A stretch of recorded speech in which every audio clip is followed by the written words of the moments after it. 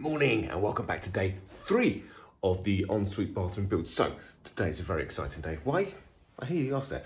Basically because I get to build some stud work and I love building woody stuff. But before I do that, if you've watched the last 2 series, you will recognise these. They're now in, ready to go. So what I'm going to do is, I'm just going to run these two 22mm pipes down, ready to feed the pump, which will be sited there. I'll then run the feeds for the shower just across the floor, ready, tacked in place to feed them up there, ready for the pump. I'll also tee off from here for a hot and cold feed, which will go to the sink, because the sink's going to be over here and I don't really want it to be pumped, because as soon as you turn that on, it will just launch out and it'll be a mess, basically. You know that time when you turn on the tap and it's too much power and it sprays all up you just for you about to go out? That's the vibe it would be giving, and don't really fancy that.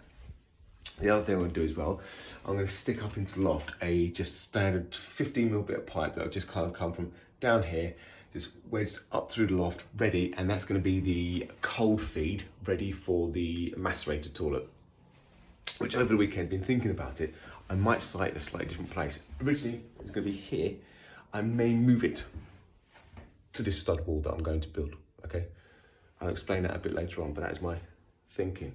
So yeah, I'm going to get the pipework kind of generically started and kind of roughly getting it into place, and then I'm going to build the stud wall, which means nail gun day. That just makes every man happy in the world, even if you've been using it for 20 odd years. Doesn't matter, they're just good fun to use. So that is my plan. So I'm going to get set up, get rock and roll in. I've started to organise my speed fit pipe, and yeah, I'm going to get cracking. And the lovely the guy here has made me love a cup of tea. Can't get started on Monday without a cup of tea, or Tuesday, Wednesday, Thursday, or Friday really. So yeah, a good start today. I'll be back in a minute. So something else that can sometimes be a pain in the arse, just a side note for you because you have no idea what I've just done, but just here you can see the corner pipe work. That's going to be the feeds for the shower. I've now got a list of all the other bits and pieces I'm going to need to like plumb in that, so I'll be on to Wix later. But now I'm on to like building this wall, okay?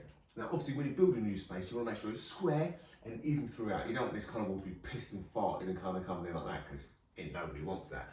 But what do you do when you want to try and get your measurement? I can measure from this end. I've got a wall there, so I can measure up against that. I know exactly what's going on. Here, though, look at that floaty area. So well, I kind of guess it and kind of go, well, the carpet's kind of there, so that'll be roughly about there, which is cool. That'll do the job, kind of. But, little tip. Grab yourself something flat and straight, put it up against the wall you already have, flush. That is now created and finished that part of the wall. All you then need to do is make sure you measure from the other side of the thing you just put on, because obviously the back edge is in line with the wall, not the front edge. Don't make that mistake, okay? So all I then do is go to the back edge, measure across there, 2, 2, 2, up and now go across here, up against the wall, 2, 2, 2. It's like I pre-did it. And that's it, that's how you can kind of get your measurements if you kind of got a dead space but you kind of need to measure off of. But that makes sense. If it doesn't, talk to somebody else, because I don't know how else to explain that. So, happy days. Right, I'm going to crack on. Right, on to the building stage of this lovely wall. So, as you see, trusses all set up, got some wood here, I've got loads on the staircase downstairs, which I'll bring up in a bit. But I actually forgot, and didn't have really much time the weekend, to go to my old man's to pick up my chop saw, because that's where I store stuff, because it's awesome. So how do you build a wall and get nice cuts if you haven't got a chop saw, okay? Because this is something I get asked. People say, oh, you know, it's right for you because you're a professional, you've got all these lovely bits and pieces, all these lovely tools, it's amazing. But, you know, you can pick up one of these, like, I don't know, 100 quid, if that. Or you've probably got a mate who's got one or whatever. It's not complicated to get hold of one, right? So I'm going to show you how to use one of these. And so you're spending hundreds of pounds on a chop saw. So, get yourself a nice set square. All you need to do is take your measurement off your wall you want to do, transfer that to here, transfer the line, so like that. I will put this at a slightly more angle so you can slightly see better what it is I'm doing. Do you see that? It's beautiful. I'll do it again. There you go. You ready? So there's my little line. Boom. There's a pencil mark. I'll prove it. Ta-da! There's your pencil mark, okay? So, what you'll have on your circular saw is a flat edge, right? Boom, just like that, okay? So what you're gonna do, if you're looking at these points inside, you're gonna line up before you do it, get this on, butt it up to it, and then align it across to wherever your pencil mark is. Set the depth to wherever you're going to need it. So because I'm chopping onto this bit of wood to give me stability and just stop the wood from just falling, it's going to go over and cut into this one by about like 3 mil. I just line it onto it. And before I do anything, I just double check so I can see, if I look through the little gap, which is just between there. You see that? Just that. Oh, good. There we go. Between there and there, I can see the blade clearly. I want to make sure that's just past my pencil line, because you know you've got to take into account the fact the width of the blade. So don't just cut the line. You want to make sure you avoid actually cutting those extra like 3 mil off. Get it lined up the way you need it to be. Keep the set square pinned, and then just follow that line.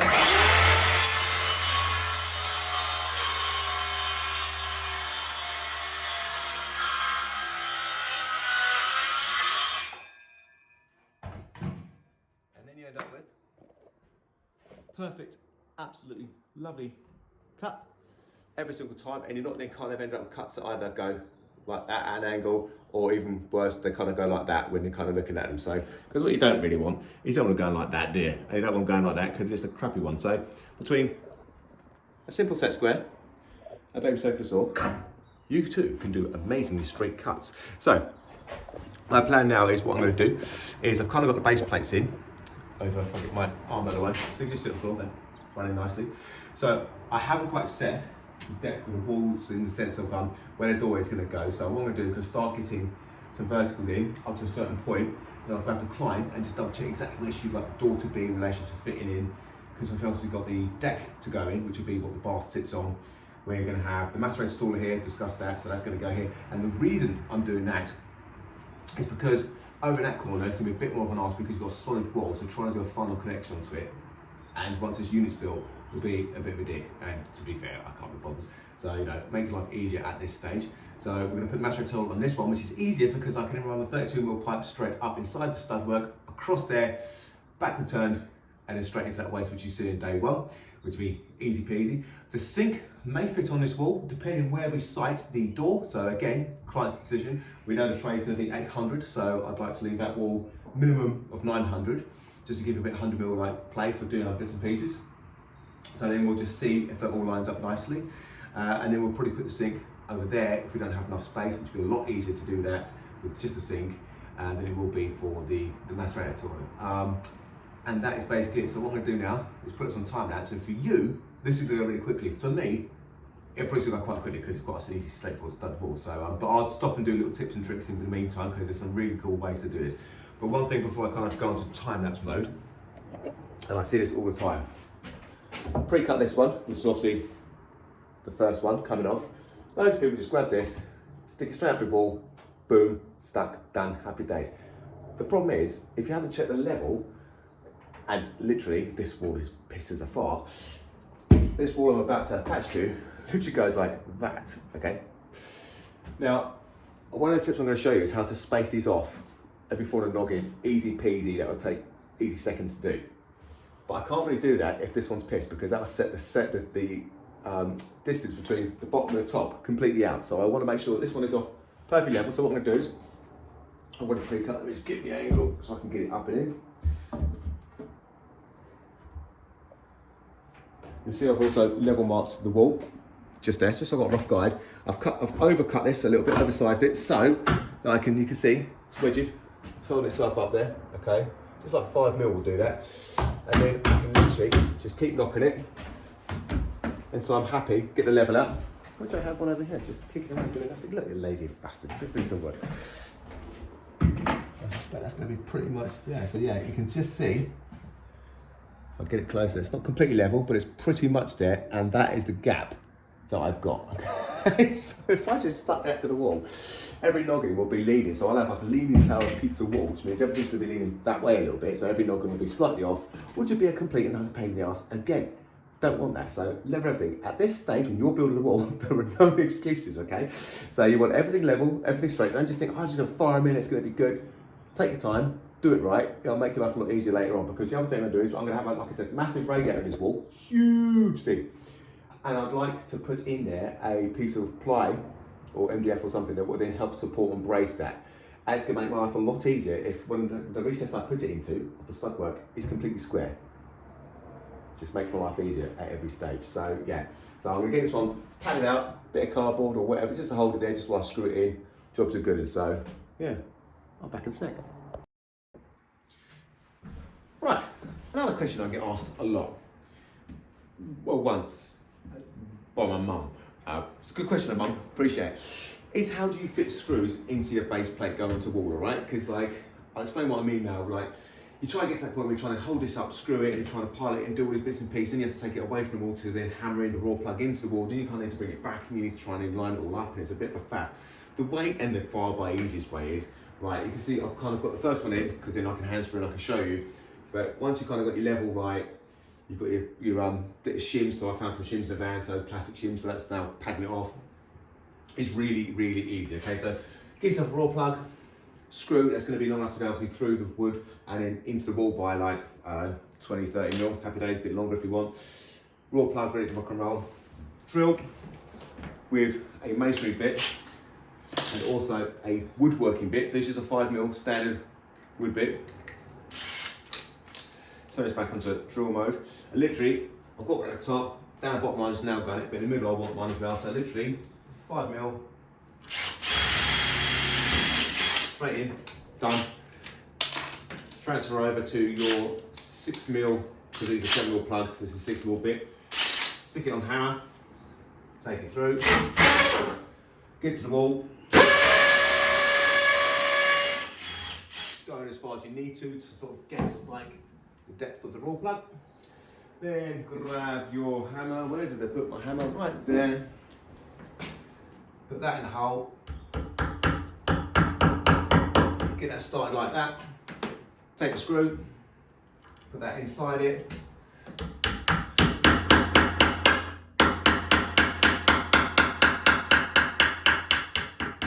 Well, all the way through, so that's taking the raw plug into my hole. Impact driver. Done. Simple as that.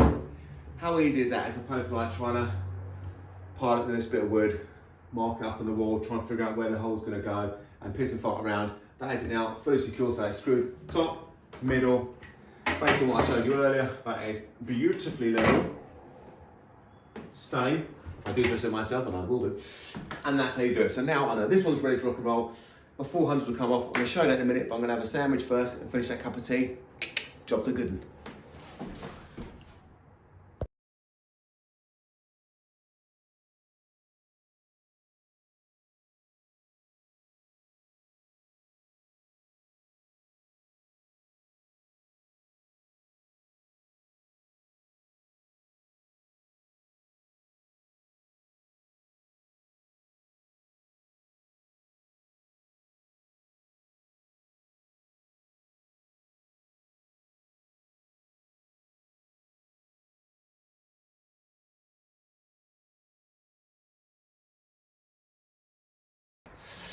Right, so there's kind of the outside. You can see that wall is basically now done and dusted.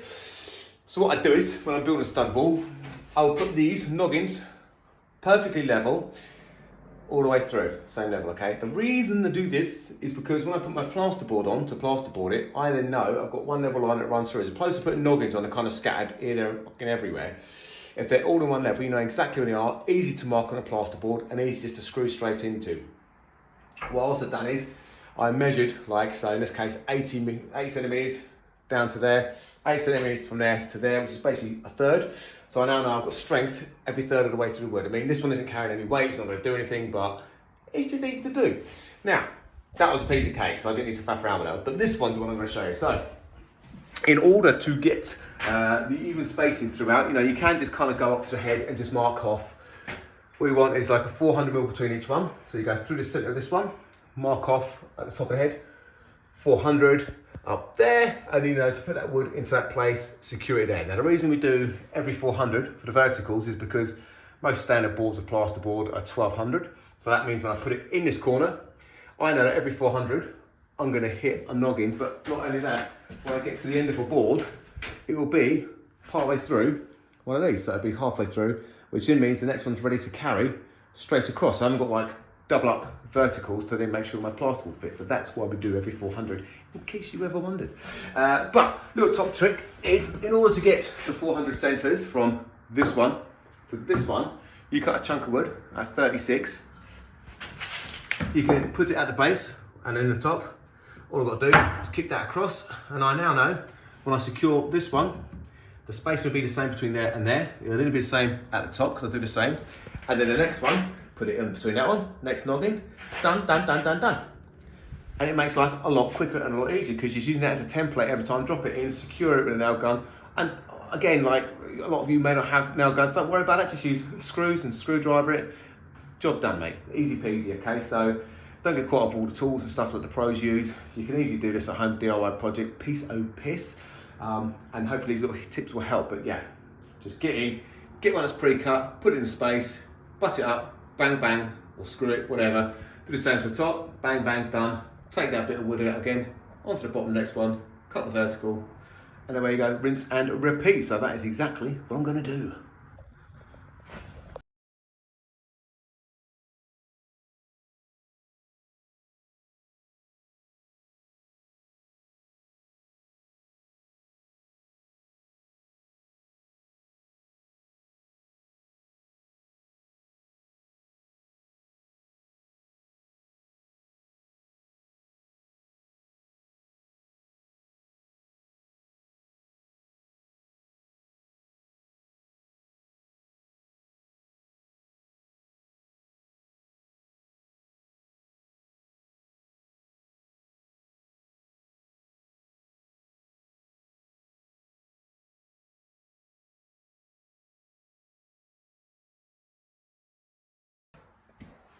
Boom! Not looking bad, is it? So yeah, just quickly chucked in the head as well, so that is beautiful and very nice. So now it all makes sense, right? Now you can see why we do the 400 centers, why I mark off the 80, do it level, so literally when I put my boards on, I know I've got a straight line to put the screws in. Once I get this mark off here, transfer that onto the front of the plasterboard level. I have a pencil marker and go zip, zip, zip, zip, zip, zip. Piece of cake. What else was I gonna say? I can't even remember. It's pretty self-explanatory. But that is beautiful. That ain't going nowhere. So what I'm gonna do is, like, at some point, I've finished that day now, but I will figure out where the radiator is gonna go, and I will fit and panel out with 18mm ply or MDF, whatever I can sort of scrap and find in the van. The section where the radiator is gonna go, make sure it's nice and secure, because that way I've got fixings for the whole thing no matter where it is. Because obviously, like I say, it's quite a biggie, it's a big one, and it's gonna be weighing quite a bit, so I wanna make sure there's plenty of support for it. Now, doorway, you're wondering, well, how did he know how to make that so big? So basically, I just took my door measurement, which is, so I can't remember what it was now, it's 760, somewhere wherever it was, added 20mm either side of that for the door lining, which is actually only 19mm. I then added sort of 8mm to allow me like a 4mm gap either side for the door opening. And then that's it, that's how I set this. So now this aperture here, by the time I put my 20mm door lining on, size, top, I then know the door will go straight in. I shouldn't have to cut it. It goes straight in, fully fit. Job's a good one. And for the height, it's slightly different because obviously I know I need to allow like 20mm for this to have the door lining at the top, but also you want a bit of space for a gap at the top.